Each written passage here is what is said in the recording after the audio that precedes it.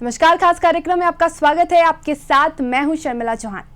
दोस्त की दुश्मन वाली चाल, जिस देश के साथ कभी रोटी बेटी का रिश्ता रहा, आज वही देश बोली नहीं गोली से बात कर रहा है। बिहार के सीतामढ़ी जिले में लालबंदी बॉर्डर के पास शुक्रवार को नेपाली पुलिस की फायरिंग में एक भारतीय की मौत के बाद सीमा पर तनाव है। गोलीबारी के बाद सीतामढ़ी के रहने वाले युवक लगन राय को नेपाल पुलिस उठाकर ले गई थी। शनिवार को बातचीत के बाद नेपाली पुलिस ने उसे छोड़ दिया है। 24 घंटे बाद जब लगन राय को वापस भारतीय अधिकारी को सौंपा गया तो उसका हाल देखकर सब के सब हैरान रह गए। दुश्मन देश भी बंदी बनाए गए किसी नागरिक के साथ इस तरह का बर्ताव नहीं करता है। नेपाली सेना लगन राय के छाती पर बूट से तब तक रौंदती रही जब तक छाती की हड्डी नहीं टूट गई। पूरे शरीर पर सैकड़ों लाठी के निशान अभी भी उसी तरह दिख रहे हैं। इस वक्त हम जानकी नगर गांव में हैं और नेपाल पुलिस और को लेकर जो झड़प हुई है, उस झड़प में एक भारतीय या यूँ कहें एक बिहार के लोगों की मौत हुई है और 2-3 लोग घायल हुए हैं। ये हम इस गांव के बारे में ये बता दें कि इस गांव में हर घर में नेपाल से रिश्तेदारी है और या तो यहाँ की बेटी नेपाल में है या नेपाल की बेटी यहाँ पे है। तो ये रोटी बेटी का रिश्ता है और इस रिश्ते में वजह जो भी रहा हो, लेकिन अचानक ऐसा क्या हुआ कि जिस वजह से अगर हम पिछले 1 महीने का जो घटनाक्रम को अगर हम देखें तो रक्सौल में भी घटना घटी है, मधुबनी के बॉर्डर इलाके में भी घटनाएं घटी हैं। आधे दर्जन से अधिक घटनाएं इस तरह से घटनाएं घटी है। हाँ, ये अलग बात है कि गोली चलने की घटना हुई, लेकिन झड़प हर जगह हुई है और ये जो एक मानसिकता बनाने की कोशिश हुई है नेपाल में भी कि भारतीय लोग कोरोना फैला रहे हैं और उससे वजह से सबसे ज़्यादा तनाव देखने को मिला। और ये भी जो घटना घटी है, इसके पीछे भी एक बड़ी वजह यही मानी जाती है कि कोरोना को लेकर जैसे हम मुसलमानों को लेकर ज़्यादा सेंसिटिव है कि एक मरकज़ की राजनीति चली, सियासत चली, उसी तरीके से नेपाल में भी ये सियासत इन दिनों काफ़ी जोर पे है कि भारतीय कोरोना फैला रहे हैं। वजह जो जिस दौर से भारत गुजर रहा है, कमोबेश उसी दौर से नेपाल भी गुजर रहा है। जो नेपाल के लोगों से जो हमारी बात हुई है, वहाँ पे भी पिछले 1 महीने के अंतराल में काफ़ी आंदोलन चल रहा है। छात्र सड़कों पर हैं और सरकार कटघरे पर है। कई तरह के भ्रष्टाचार के आरोप वर्तमान प्रधानमंत्री हैं उन पर लग रहे हैं। उन तमाम चीज़ों का रास्ता जो जिस रास्ते के सहारे हम सियासत कर रहे हैं, छद्म राष्ट्रवाद का, कहीं न कहीं नेपाल भी उसी छद्म राष्ट्रवाद के सहारे राजनीति साधने की कोशिश हो रही है। जो उनके देश के अंदर रोजगार को लेकर, अर्थनीति को लेकर जो समस्याएं हैं, उनसे जनता का ध्यान कैसे भटके, उसको लेकर ठीक इसी तरीके के जिस तरीके से भारत में सियासत चल रहा है, कमोबेश वही दौर नेपाल में भी चल रहा है और उसी की परिणति मानी जाती है कि आज तक कभी इस तरह की घटनाएं नहीं घटी और गोली चलानी पड़ी।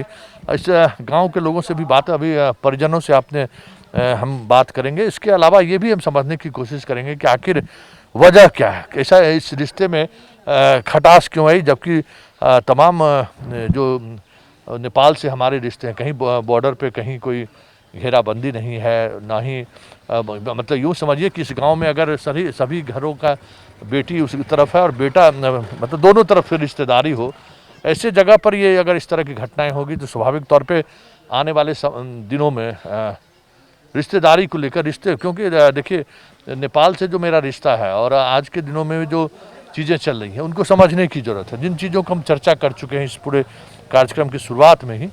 लेकिन घटना हुई है, लोगों में आक्रोश स्वाभाविक है, लेकिन इस घटना हुई क्यों, ये काफ़ी महत्वपूर्ण है और इसी को समझने के लिए हम जानकी नगर आए हैं और यहाँ के लोगों की क्या राय है। जो परिजन हैं उनके घर में स्वाभाविक तौर पे एक बड़ी घटना घटी है और गांव के लोगों को भी इस घटना को लेकर काफ़ी मर्माहत है। ये जो रिश्ता है, ये इस रिश्ते में खटास क्यों है। तो पहले हम जिनके घर इस तरह से घटनाएं घटी हैं, गोली में जिनके परिजन के लोग मारे गए, जरा उनसे हम बात करते हैं, फिर यहाँ के जनप्रतिनिधि और आम लोगों से भी हम बात करेंगे।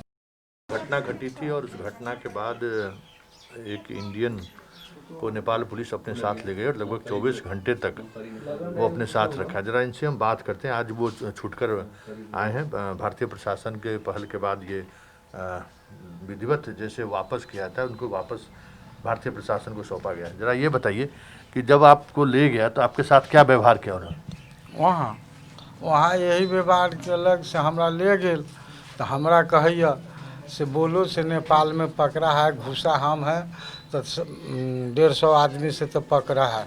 हम कहे सर हमको जितना मार रहे उतना मारो, मगर हमको नेपाल से न इंडिया से घींच करके आ बंदूक के कुना से मार करके घिसियाबित ले गेल इंडिया से। वहाँ पहुँचली, वहाँ वह बात कर रहा है वैसे अफसर सब से बोलो। हम कहली न सर से हमरा इंडिया से ले ले। वहाँ से जूता से बूट से जूता से बूट से सब पर मार ले सब। यहाँ ये जो है तो उसी का दाग है जी, सब उसी का दाग है, ये सब वही के दाग। तो वहाँ ले गए, वहाँ हमरा कह रहा है से बोलो से नेपाल से लाया है तो छुट्टी कर देगा, और नहीं तो नहीं कहेगा तो तुमको गोली हम मार देंगे। हम कहे सर हमको गोली भी मार दीजिएगा तभी मंजूर है, मगर हमरा इंडिया से आपको पुलिस घींच करके मार करके पूना से लाया है। महज इतना हूँ कहने पर हमको कोई दबाव के न साथ हमको कोई राहत न मिल रहा है। और पीस रहा है से नहीं बोलो सही ये से नेपाल से पकड़ा है। हम कहली न सर हम न कहम।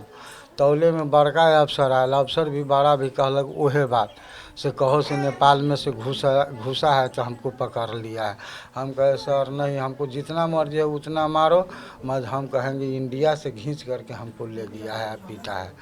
फिर उस समय में छोड़ दिया। दूसरा बड़ा अफसर आल तो वही बात से बोलो से नेपाल में घुसा है 150 आदमी तो हम पकड़ा है।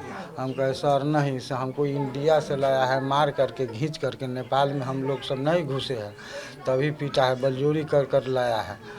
तो ये तो बड़ा अफसर था, सबसे अफसर है ना, वो आकर के कुछ राहत मिला है कि नहीं तब सही बोल रहा है, तब अथी कैलक न कैलक। और वहाँ से वह आयल तो परसा गेली, परसा इलाज में ले गए डॉक्टरी में, कोरोना वायरस के डॉक्टर है वही में ले गए।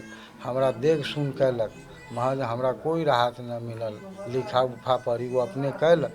हम कहलिए हो सर ले लिया, हमरा दर्द हुए जान जाइए, टेबलेट एको को खिया देम तो दर्द आसान हो जाए, महज कोई उपाय न। वहाँ से फेन लदलक गाड़ी में, फेन लाल संग्रामपुर कैंप पर।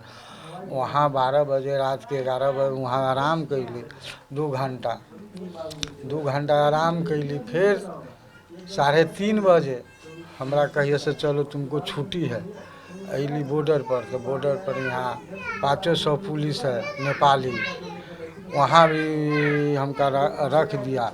और यहाँ डीएमएस साहब से, दरोगा जी से, ये सब से यहाँ कागज़ पत्र हमरा बचवा से सबसे कागज़ पत्र करलक नेपाल में जाके घुस के, तब हमरा छुट्टी दिलक, न तो कोई उपाय न रहलक। अच्छा, जो मारपीट किया है उसको लेकर आप कहे कि भाई हमारे साथ मारपीट किया है, भारतीय पुलिस को आप बताए कि तो वो कुछ FIR? जी वो पुलिस है ना, सब पुलिस के कली सर देख लू चेना बहुत मारपीट कैलक। हमरा झूठ बुलावे चाहलक से कहो से नेपाल से घींच करके नेपाल में घुसा है तो पकड़े। हम कहे न सर हमको इंडिया से लाया, इस कारण और ज़्यादा। दिखाइए तो कहाँ आपको पीटा है। ये जो आप निशान देख रहे हैं, ये यहाँ पे पूरा ये निशान है, यहाँ बुरी तरह से पीटा। ये बूट जो अमूमन जो नेपाल पुलिस जिस तरीके का बूट का इस्तेमाल करता है, ये देखिए ये सामने इंजरी आप देख सकते हैं कि ये इंजरी है। और इसके अलावा अगर थोड़ा आप पीछे घूमिए तो आप, हाँ ज़रा इनके पीठ पे ये देखिए, ये आप निशान देख सकते हैं कि किस तरीके से बेरहमी से इनकी पिटाई की गई है। ये एक वानगी है, अमूमन 2 देशों के बीच कोई ऐसा नहीं है कि इस बॉर्डर क्रॉस करने को लेकर कोई भारत पाकिस्तान का बॉर्डर है। ये भारत और नेपाल के बीच इस तरह से बॉर्डर को लेकर कुछ समझौता में भी कुछ ऐसी बातें नहीं है, लेकिन अगर आप ले जाते हैं और इस तरीके से पिटाई करते हैं तो ये UN संधि का भी एक वायलेशन है कि किसी भी देश के नागरिक को आप, अगर आपके यहाँ कोई आपराधिक कृत्य या कुछ इस तरीके के, क्योंकि यहाँ अलग तरीके से बॉर्डर पास कर या गलत तरीके से बॉर्डर पास करने की कोई बात ही नहीं है, फिर भी जिस तरीके से मारपीट इनके साथ की गई है, ये कह सकते हैं कि जो एक चुनौती है देने की कोशिश हुई है नेपाल पुलिस की तरफ से। और ऐसे वक्त में जब हम बड़ी बड़ी बातें करते हैं, और नेपाल हमारा पड़ोसी मुल्क है, हमारा उनसे रोटी और बेटी का रिश्ता जरूर है, लेकिन हमारे नागरिक के साथ इस तरह का व्यवहार करें तो स्वाभाविक तौर पर प्रतिक्रियाएं आनी स्वाभाविक है। लेकिन इन सब चीज़ों से तर कि आखिर ये हो क्यों रहा है। कभी ये बताइए कि इतने दिनों से नेपाल में आपकी रिश्तेदारी, आपकी पुतोहू नेपाल की है, कभी इस तरह की घटना कभी घटी, कभी कोई ये कोई घटना नहीं इस तरह से कहियो ना। 4 साल शादी कैला भे गेल बचबे के बाद कोई घटना नहीं इस तरह के बुरा हाल कभी न होला का। ये हमारी ये सब घटना बलजोरी के साथ लेकर के हमरा देह के बर्बाद कर देलक, झूठ सार देलक। अच्छा उ सब की बात करे रहे, की लगले कि जे काहे अहाँ के साथे ना व्यवहार केलक? हमारा साथ ये व्यवहार कलक, हम गेली कहे से जैसे हमरा बचबा के मारलक, हम बचबा के कहे के गेली तो हम कहलिए ओ सरकार हमरा बचबा के मारी थी कल जोड़ के, बस हुरा न फूरल, हमरो भी पीटे लागल। हम कहलिए ओ सरकार हमरा मारी थी, तब तक में वो अपना अफसर के फोन कर देलक, 10-20 गो अफसर आयल, ओहिमे चेहटे उठे लागल, हवाई फायर करे लागल 7-8 फायर। हम सब भाग रहल छी, इंडिया में घुस के बंदूक के कूना से मार के नीचे गिरा के लात मुके से मोटरसाइकिल में घिसिया के बांध करके ले गए नेपाल में ले गए। वहाँ 9 बजे संग्रामपुर कैंप पर, वही संग्रामपुर कैंप पर हमरा पूछ रहा है से कहो से नेपाल में घुसा है 150। नेपाल में घुसना कोई अपराध नहीं है। जब इस तरह के रिश्ते हैं तो स्वाभाविक तौर पे ये रिश्तेदारी भी है, लेकिन इन सियासत को समझिए कि आखिर नेपाल पुलिस के ये स्वभाव में बदलाव क्यों है।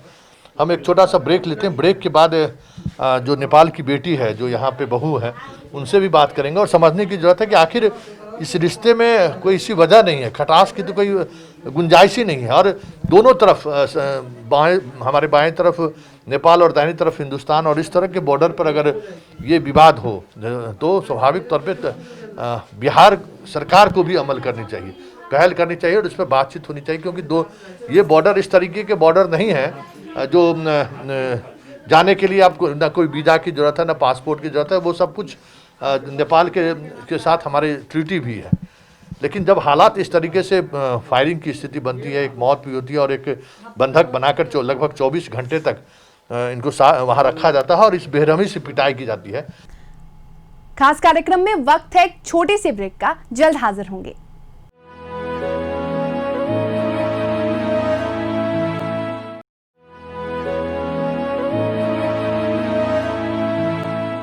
अंचला देवी जो लगन देवी की बहू हैं, जो मूल रूप से नेपाल की रहने वाली हैं, उनकी शादी जानकी नगर में हुई है। शुक्रवार को वो ससुर के साथ मां से मिलने के लिए लालबंदी बॉर्डर पर गई थी। नेपाल पुलिस ने मिलने से रोका तो विवाद हुआ और थोड़ी ही देर में हिंसक झड़प और गोलीबारी हो गई।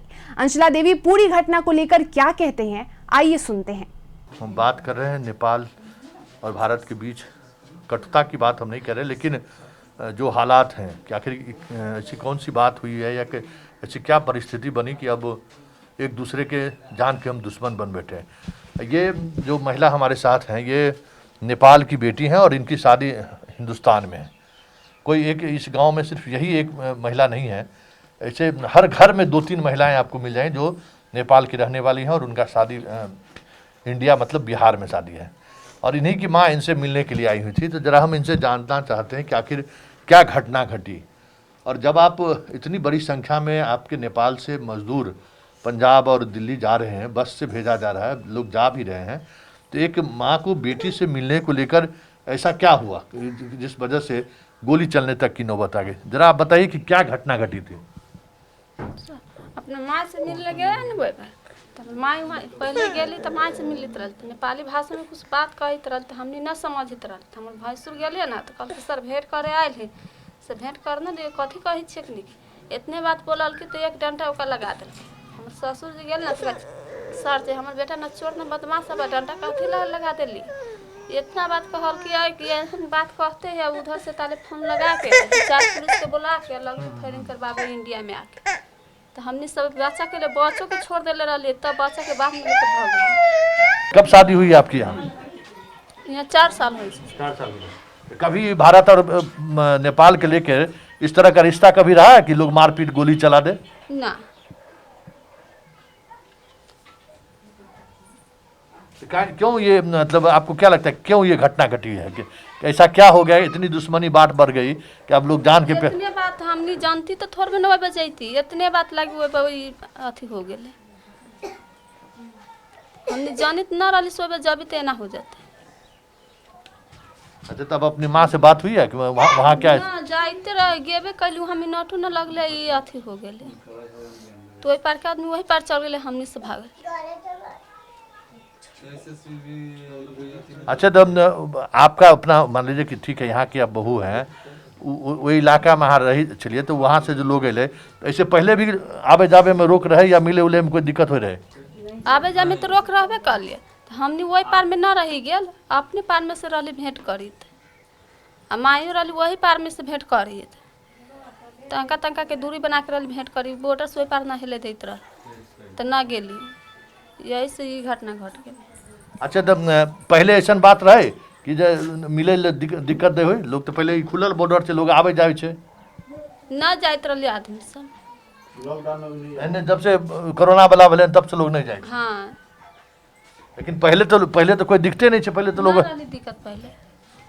मतलब वहाँ के लोग के की कहना चाहिए कि मतलब कोरोना अपने आगे भारतीय वाला लोग फैला रहे हैं कोरोना की? अब ये बात यह बात जान से तब नहीं हाल होए लाले। गोली यहाँ के सामने में चल रहा है। हाँ, हमने सब भागित रह लिया या पछाड़ी से ना धुन रही गोली चली थे, कोनो जान के बचाती कोई में जाते। मतलब गोली चलवे से पहले कोई ऐसा बात ना भले जो कारण से गोली चलाल जाए, सब कुछ ना सीधे पुलिस गोली चलाना शुरू कर। ये बहरिया पुलिस बोलल कि से सब इतना आप तो पहले गोलियां छोड़े लगले।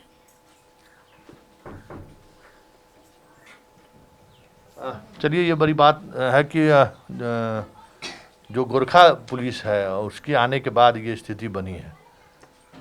स्वाभाविक तौर पे एक, क्योंकि ये नेपाल की बेटी हैं और इनकी शादी भारत में है और इनकी माँ इनसे मिलने के लिए आई थी, तो कोई ऐसी बात भी नहीं है जो अस्वाभाविक चीज़ें हों। माँ बेटी का मिलना एक स्वाभाविक प्रक्रिया है, और वो भी इस दौर में जब कोरोना को लेकर बहुत सारी बातें हो रही हैं। तो एक बड़ी वजह ये भी है कि जिस तरीके से राजनीति साधने की कोशिश इंडिया में चल रहा है, वही कोशिश हमारे पड़ोसी मुल्क में भी चल रहा है। ये चीज़ें बातचीत से अब लगभग चीज़ें सामने आ चुकी हैं कि जैसे हम मरकज़ के सहारे कोरोना को दूसरी दिशा देना चाह रहे थे, उसी तरीके से नेपाल भी इंडिया के सहारे दूसरी दिशा देने की कोशिश कर रहे हैं कि जो भी नेपाल में कोरोना आया है उसके लिए भारतीय जिम्मेवार है, और उस जिम्मेवारी को लेकर अपनी विफलता छुपाने की कोशिश कर रहे हैं। और उसी में दौरान ये घटना घटी है। लेकिन अब इस घटना के बाद भारत सरकार की क्या भूमिका होती है ये भी समझने की ज़रूरत है। तो ये हम इस पूरे गांव में हालात क्या हैं, उस हालात के सहारे उन चीज़ों को समझिए कि हमारे पड़ोसी मुल्क को लेकर ये जो छद्म राष्ट्रवाद है, उस राष्ट्रवाद की वजह से पाकिस्तान को लेकर हमारे लिए फिट बैठता है कि हम उस तरीके से सियासत करते हैं। लेकिन पड़ोसी मुल्क भी अब भारत के सहारे अपने मुल्क में इस तरह की सियासत साधने की कोशिश शुरू कर दी है। चलिए, इस पूरे कार्यक्रम के सहारे इन चीज़ों को समझिए कि हम किस माइंडसेट में जी रहे हैं और कहाँ हम जा रहे हैं।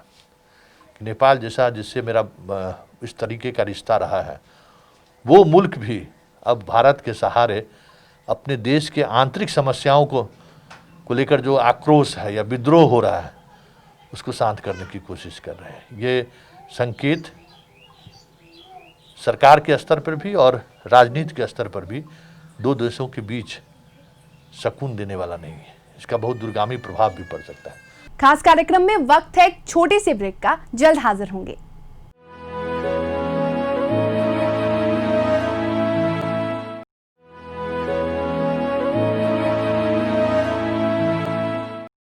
फायरिंग की इस घटना में जहां 4 भारतीयों को गोली लगी है, जिसमें एक शख्स की मौत भी हो गई है। दरअसल भारत और नेपाल के बीच सीमा को लेकर विवाद चल रहा है। शुक्रवार को हुई फायरिंग की घटना के बाद सीमाई इलाकों में सुरक्षा एजेंसियां सक्रिय हो गई हैं। एसएसबी ने जहां अन्य एजेंसियों से बात कर सभी को अलर्ट कर दिया है, वहीं सोनौली पुलिस ने शुक्रवार को बॉर्डर क्षेत्र में फ्लैग मार्च कर लोगों को सुरक्षा का एहसास कराया। परिजन की भी बात सुनी और हमारे साथ इस पंचायत के पंचायत समिति सदस्य हैं जो प्रमुख को चुनते हैं, और इनसे हम जानना चाहते हैं कि ये क्या हुआ, ऐसा क्या हुआ, रोटी बेटी का रिश्ता है नेपाल से और अचानक ये चीज़ें पहली बार जैसे आप लोगों से बातचीत हुई कि गोली चलाने की नौबत आ गई, इससे क्या हुआ जो ये स्थिति बनी है? यह तो हकीकत बात है कि हमारे भारत और नेपाल के बीच सदियों से रोटी और बेटी की रिश्ता है, और यह कहीं कोई छुपा हुआ बात नहीं है, यह तो हकीकत है।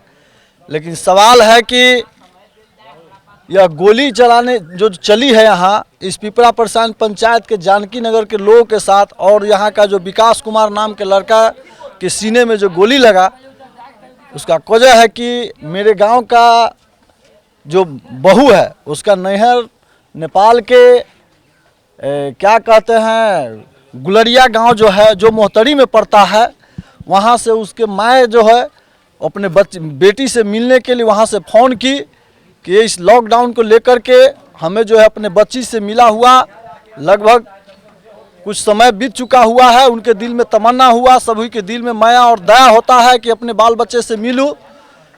इसी मिलने के क्रम में वो वहाँ से फ़ोन की और अपने बच्ची को बोली कि मैं नेपाल से अपने नेपाल के नारायणपुर सीमा अंतर्गत आकर के यहाँ मिलना चाहती हूँ, और तू भी जो है वहाँ से आकर के अपने इस जानकी नगर के भारतीय सीमा के नज़दीक आओ और हमारे जो यह ममता की राह है, इस ममता की राह में मिलो।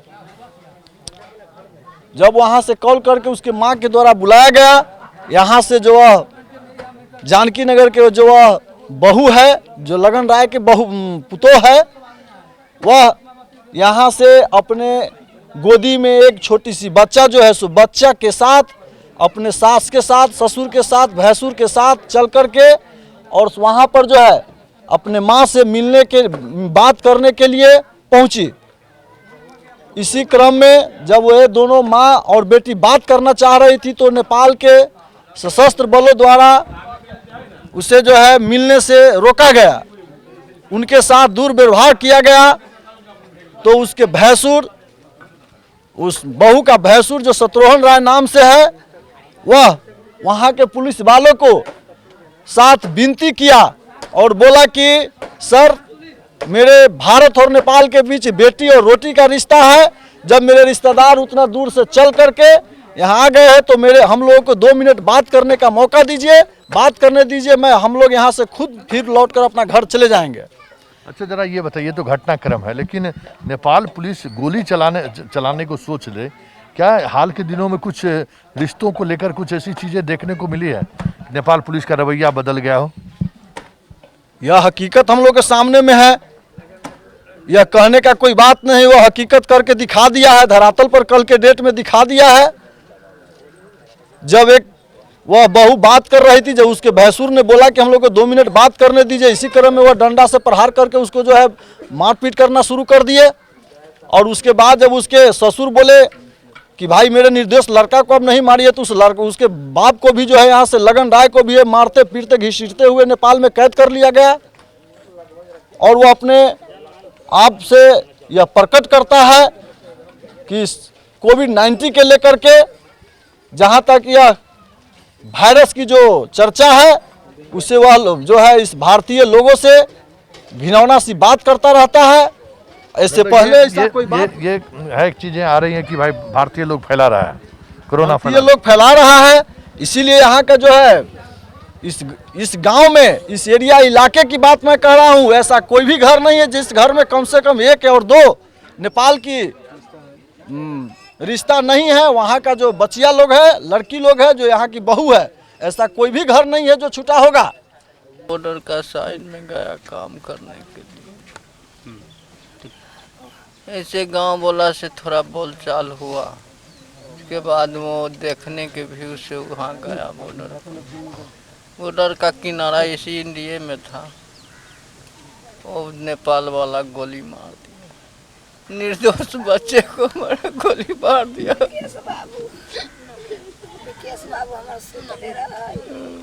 नहीं, हम ये जानना चाह रहे हैं क्या बात हुई थी जो आपको गोली मारी? कोई बात नहीं था सर। तो आप लोग वहाँ क्या कर रहे थे? खेतों में काम कर रहे थे। तो जैसे हम लोग जानकारी मिली कि कुछ नेपाल से लोग आ रहे थे और आप लोग बॉर्डर पर मिलने गए थे, जो परिवार थे वो ये मामला चल रहा था, क्या मामला हाँ, ऐसे पहले तो यही हुआ था कि उधर का जो उसका लड़की बसती थी यहाँ, वहाँ से वो आकर यहाँ मिलने आया अपने लड़की से। यहाँ से घर से 2-4 परिवार गया वहाँ पर, उसका नाम था लगन। वही जो बैठे थे वहाँ पर जाकर वो तो उसको लड़का भी था, उसका समधिनी था, वो थोड़ा दूर बैठ गया। उसके लड़के के 1-2 डंडा मारा, कहा कि यहाँ से भागो। ये बोला कि हम थोड़ा 2 मिनट बात करते हैं, इसके बाद हम चले जाएंगे। वो जाकर 2-4 डंडा मारा। लगन प्रसाद जाकर वहाँ लगन ने बोला कि क्यों ये बच्चे को मार रहा है, इसी का चलते उसको घसीट कर और नेपाल में खींच कर ले गया सर। इसी का वो साइड में काम कर रहा था, उसको देखने का भी उससे गया कि देखे कि कहाँ ले गया नहीं ले गया। वो नेपाल वाला गोली मारा और कोई कुछ नहीं था। पुलिस वाले, पुलिस थे या पुलिस थे, आम जनता नहीं थे सर। पुलिस थे।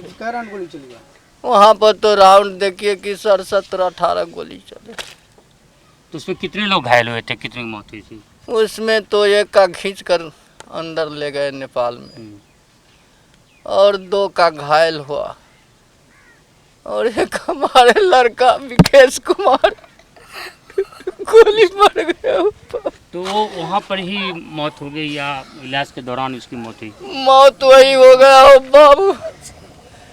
ऐसे थोड़ा स्वास्थ्य था, हम वहाँ से उठाकर उसको भी ले जाते थे वहाँ, लेकिन क्या भगवान का मंजूरी था, हम वहाँ पहुँच गए। हम वहाँ से लाश उठाकर, हमारे एक लड़का था वो भी पहुँच गया। वहाँ से लाश उठाकर 1-2 और साइड में था, हम कहा कि पकड़ो चलो ले चलो लाश का घर। आते आते दम तोड़ दिया। अच्छा बताइए, आपके जो बच्चे की मौत हुई उसका क्या नाम था? विकेश कुमार। तो उनकी शादी हो चुकी है जी। कितनी उम्र थी? उम्र यही 21-22 साल। बच्चे भी हैं? बच्चे नहीं हैं अभी, गर्भ में था। कुत्ते के साथ ऐसा हुआ, क्या आप महसूस कर रहे हैं?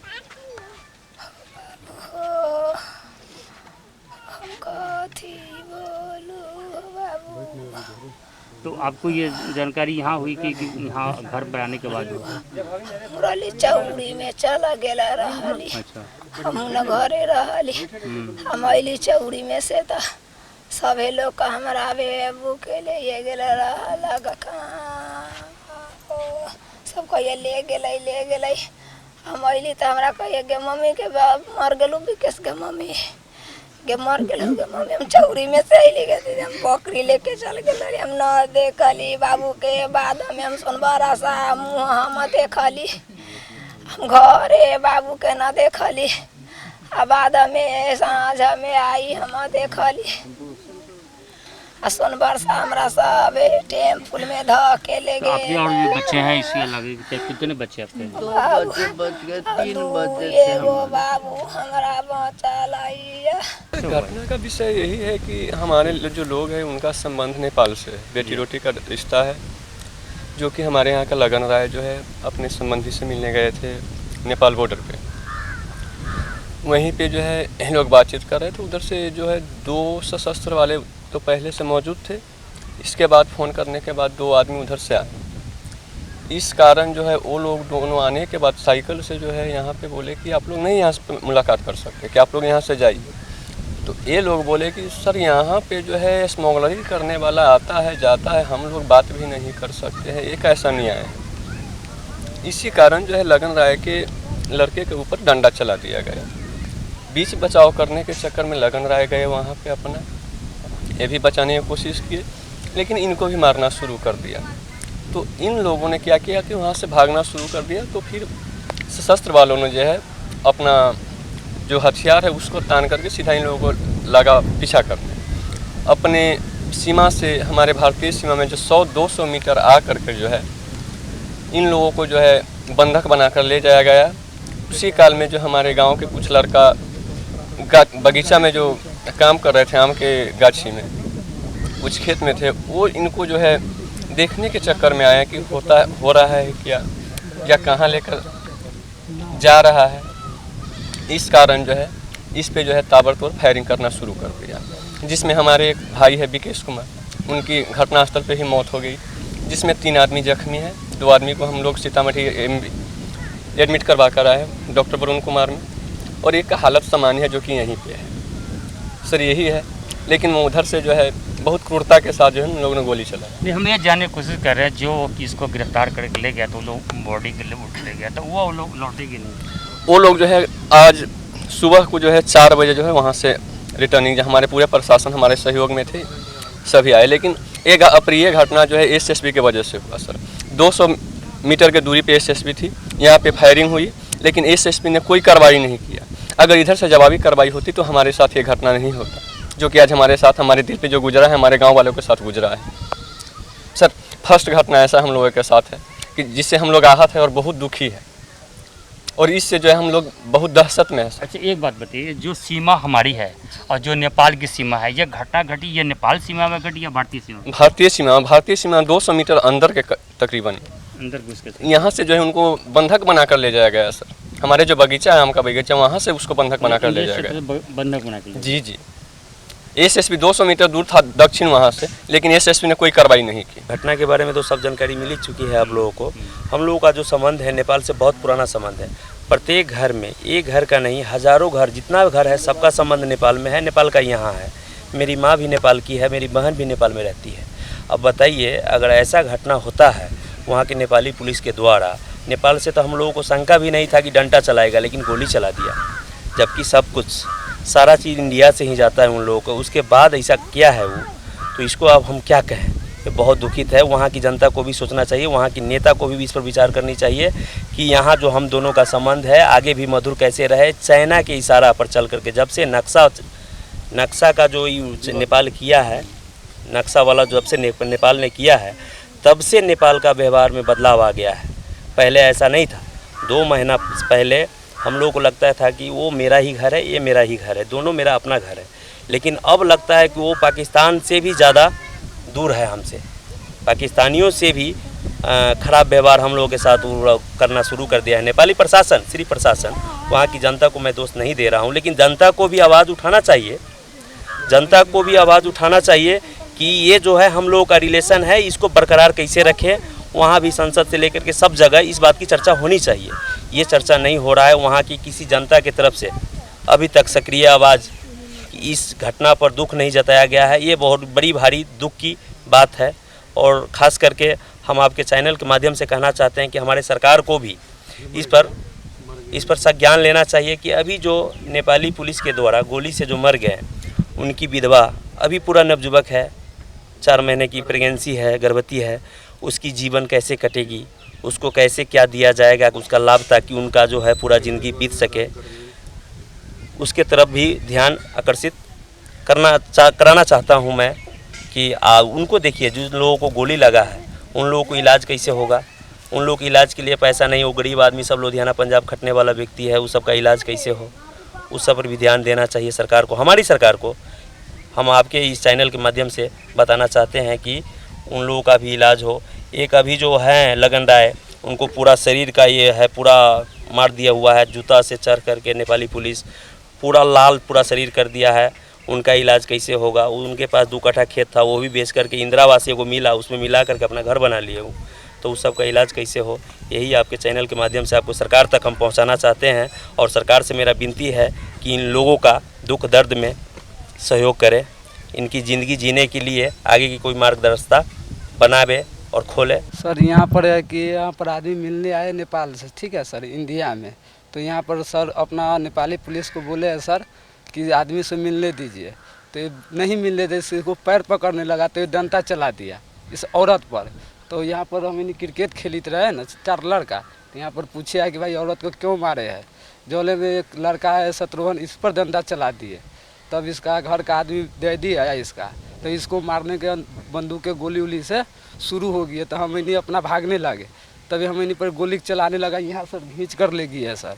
तो हमें इसको बचाने के चक्कर में यहाँ तक गई है सर, बस नहीं बचाए। झोले में 3 लाश का गोली लग गया है सर। तो आपको गोली कहाँ लगी? हमको सर यहाँ पर लगे सर, यही इस जगह पर सर। अच्छा, यहाँ पर गोली लगा। हाँ सर। ये बताइए कि जो अभी आप खड़े हैं ये इंडिया क्षेत्र है या नेपाल का? सर इंडिया है सर। नेपाल कहाँ पड़ेगा? नेपाल सर ये गाछी है ना, गाछी से इधर नेपाल पड़ गया 10 कदम दूरी पर है, उसके बावजूद भी ये हाँ सर अपन यहाँ से गोली चलाए सर। तो यहाँ ये भात में भी कितना गोली लगे है सर, तब यहाँ से आते वक्त यहाँ पर गोली लग गई है सर। आपको लग गया? हाँ सर। खास कार्यक्रम में वक्त है एक छोटे से ब्रेक का, जल्द हाजिर होंगे।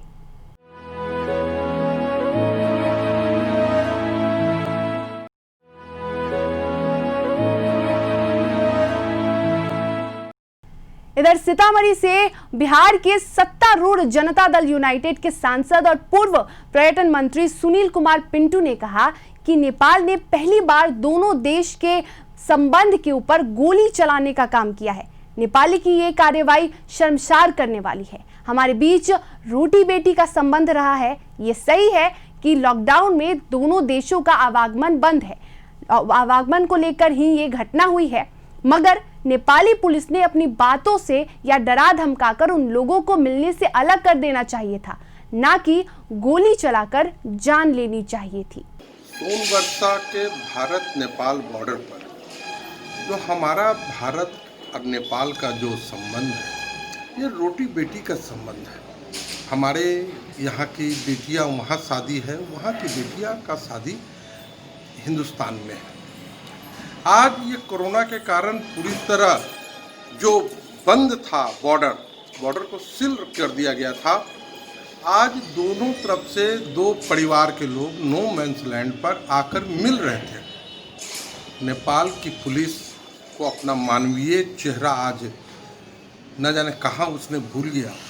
और ये 2 परिवार जब मिल रहे थे तो उन्हें इस बात के लिए उन्हें मना करके उन्हें वापस जाने के लिए कह सकते थे, परंतु उन्होंने मना करने के बजाय आज गोली चला दी और जिसमें एक व्यक्ति की मृत्यु हो गई और 2 व्यक्ति घायल हैं। इस घटना की जितनी भी भर्त्सना की जाए कम। इस संबंध में बिहार सरकार के गृह मंत्रालय से लेकर गृह विभाग से लेकर दिल्ली के गृह मंत्रालय तक मैं सांसद होने के नाते मैंने सूचना इसकी दी है, क्योंकि ये मामला 2 देश का है। इसलिए गृह मंत्रालय भारत सरकार नेपाल से संपर्क कर रही है, बात कर रही है।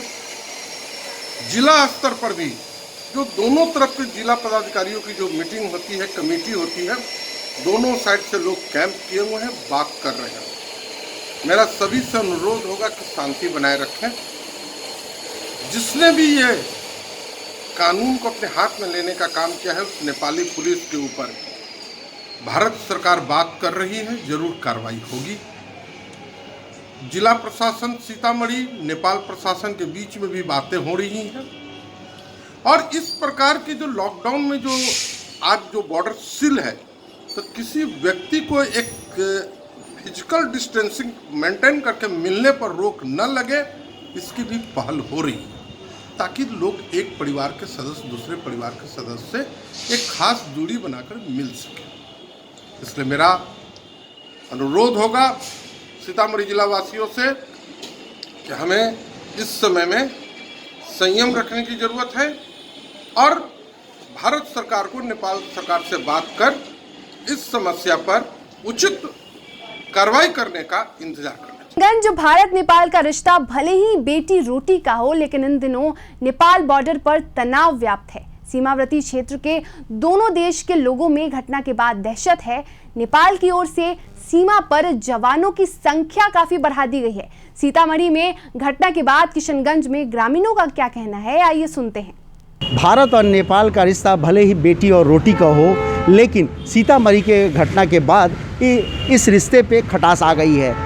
क्या सोचते हैं यहाँ के लोग? हमारे साथ किशनगंज के कुछ बुद्धिजीवी वर्ग के लोग जुड़े हुए हैं, हम इनसे जानना चाहते हैं क्या कहना है, कैसा रिश्ता है भारत और नेपाल का और अब क्यों ऐसा हो गया? देखिए, भारत और नेपाल का रिश्ता जो है सो कि बरसों पुराना है, सदियों पुराना है। हम लोगों के बीच बेटी रोटी का रिश्ता है, लेकिन इन दिनों जो है सो कि नेपाल में सीमा पर तनाव है, जिसका वजह कहीं ना कहीं जो है सो कि दूसरे देशों से प्रभावित होकर के जो है सो कि नेपाल जो है सो भारत से रिश्ता में खटास पैदा करने की कोशिश कर रहा है। जहाँ तक जैसे सीमा विवाद का बात है तो उसको बैठ के सुलझाया जा सकता है या बातचीत करके सुलझाया सकता है। भारत हमेशा जो है सो कि नेपाल को हर मोर्चे पर मदद करता आया है, चाहे वो कभी भूकंप का मामला हो, चाहे बाढ़ का समय हो या अन्य कभी। हमेशा भारत जो है सो पड़ोसी मुल्क जैसे अच्छे पड़ोसी की भूमिका निभाया है। लेकिन नेपाल इन दिनों जो है सो शायद अन्य किसी देश के बहकावे में आकर जो है सो कि सीमा पर बेवजह तनाव उत्पन्न कर रहा है, जिसका कि एक ताज़ा उदाहरण जो है सो सीतामढ़ी में जो गोलीबारी हुई है जी। तो जो सीतामढ़ी में गोलीबारी हुई है उसके अलावा भी कुछ दिनों पहले किशनगंज के सीमा दिघलबैंक बॉर्डर पर भी इसी तरह की घटना हुई थी। तो क्या कहेंगे, किशनगंज में कैसी स्थिति है जो हमारा नेपाल यहाँ 114 किलोमीटर सीमा लगता है? किशनगंज और जो सीमा भारत और नेपाल सीमा जो हमेशा एक अच्छा रहा, मगर पिछले कुछ 2-3 सालों में के अंदर में जो है नेपाली फ़ौज के द्वारा जो अक्सर मतलब भारतीय लोगों के साथ अत्याचार और मतलब मारपीट की घटना अक्सर देखी जाती है। कुछ दिन पहले दिघलबैंक में एक घटना हुई थी जो भारतीय सैनिक को वहाँ के जवानों ने बंधक बना के रखा था। और नेपाल कहीं न कहीं ऐसा महसूस हो रहा है किसी देश के बहकावे में या किसी देश के मतलब कहने के अनुसार इस तरह भारत के साथ कर रहा है, मामले को अंजाम दे रहा है जी। तो भारत चाइना के बहकावे में आकर के इस तरह के जो वहाँ के पुलिस है वो कहीं ना कहीं जवानों के साथ हो या किसानों के साथ हो, क्योंकि हमारा ये सीमा बिल्कुल खुला हुआ है और लोग इस पार से उस पार आते जाते हैं। दोनों का रिश्ता अच्छा बना हुआ है, बावजूद इसके इस तरह की घटनाएं देखी जा रही है। हमारे साथ और भी हैं, क्या कहेंगे आप? घटना बहुत दुखद है। भारत और नेपाल के संबंधों को ये आज से नहीं, बहुत प्राचीन काल से चलते आ रहा है, लेकिन यह कुछ दिनों से जो बीच बीच में घटना हो रही काफ़ी दुखद है। और भारत सरकार को हो या सीमा पर जो भी चौकसी हैं उन लोगों को बातचीत से ही इस मामले को हल निकालना चाहिए, ताकि वहाँ के स्थानीय लोगों को जो बॉर्डर में रहते हैं उन लोगों को किसी प्रकार का जान माल को हानि ना पहुँचे। हमारे रिश्ते में अब आहिस्ते आहिस्ते खटास पड़ता जा रहा है, संबंध खराब हो रहा है, क्या कहेंगे? हम चाहेंगे कि भारत सरकार से जैसे पहले दोस्ती थी, जैसे वो अपने छोटा भाई की तरह नेपाल को मानता था, उसी तरह इसको बैठकर आपस में सुलझा करना चाहिए। नहीं तो दोनों सेना अगर दोनों बॉर्डर में अगर सेना टकराएगी तो नुकसान दोनों का ही होगा। हम भारत सरकार से कोशिश करेंगे जो अभी हमारे सेना को जो मारा है, आर्मी को गोली मारा है, उसको जल्दी से ही कोई भारत इस पर बड़ा से बड़ा कदम ले और जो विदेशी ताकत जो पनपना चाह रहा है उसे दबाने की कोशिश किया जाए। तो कुल मिलाकर के इसमें ये कहा जा रहा है कि जो भारत सरकार है वो इस पे हस्तक्षेप करे और नेपाल से बात करे, क्योंकि इन दिनों जो सीमा पर तनाव बढ़ा है उसको कम किया जाए। अब्दुल करीम, कशिश न्यूज़, किशनगंज। खास कार्यक्रम में वक्त है एक छोटे से ब्रेक का, जल्द हाजिर होंगे।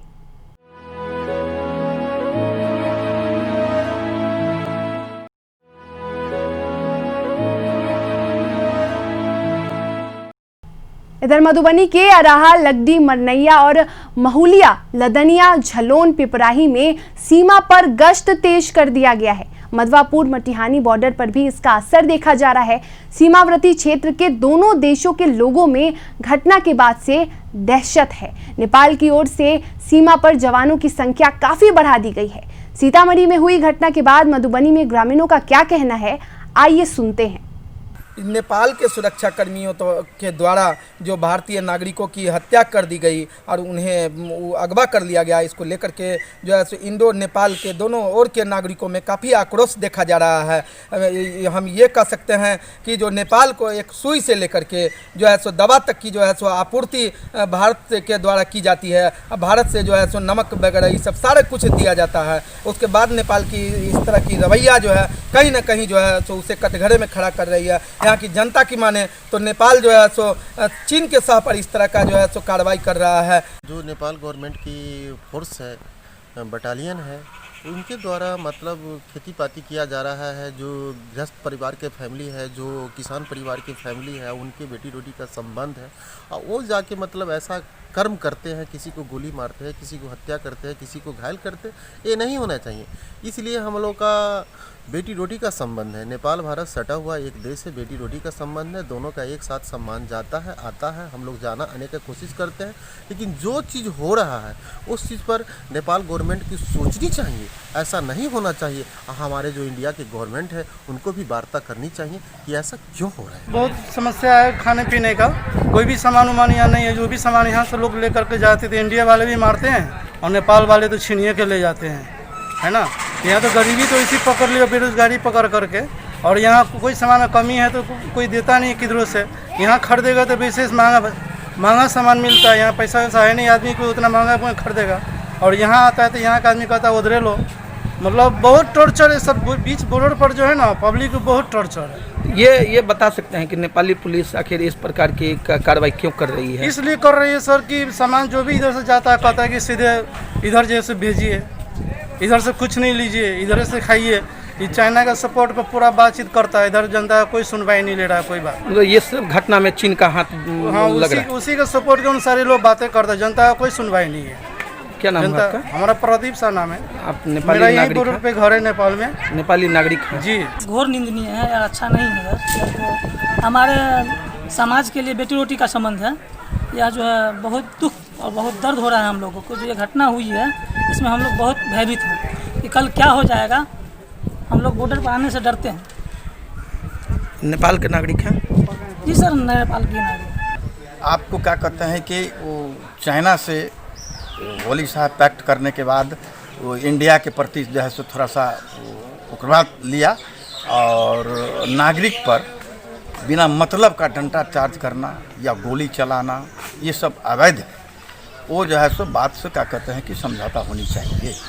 और जो है सो क्या कहते हैं कि नेपाल के जनता और इंडिया के जनता जहाँ जहाँ बॉर्डर पर है इतना भाईचारे नाता है जो वो लोग अभी दिक्कत में है, त्राई में है। उन लोगों के सामान में खाने के लिए सामान नहीं मिल रहा है, नमक, चावल, अनाज, कोई भी वस्तु नहीं मिल रहा है। इसलिए नेपाल की भी जनता जो है सो क्या कहते हैं कि त्राई में है और बॉर्डर का जनता जितना है वो भी त्राई में है। यहाँ का जो संबंध है त्रेता युग से है, ये आज का नहीं है।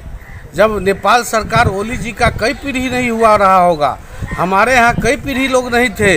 ये संबंध त्रेता युग से है। भगवान राम का विवाह यहाँ हुआ था जनकपुर में, उसके बहुत सारे साक्ष्य हैं।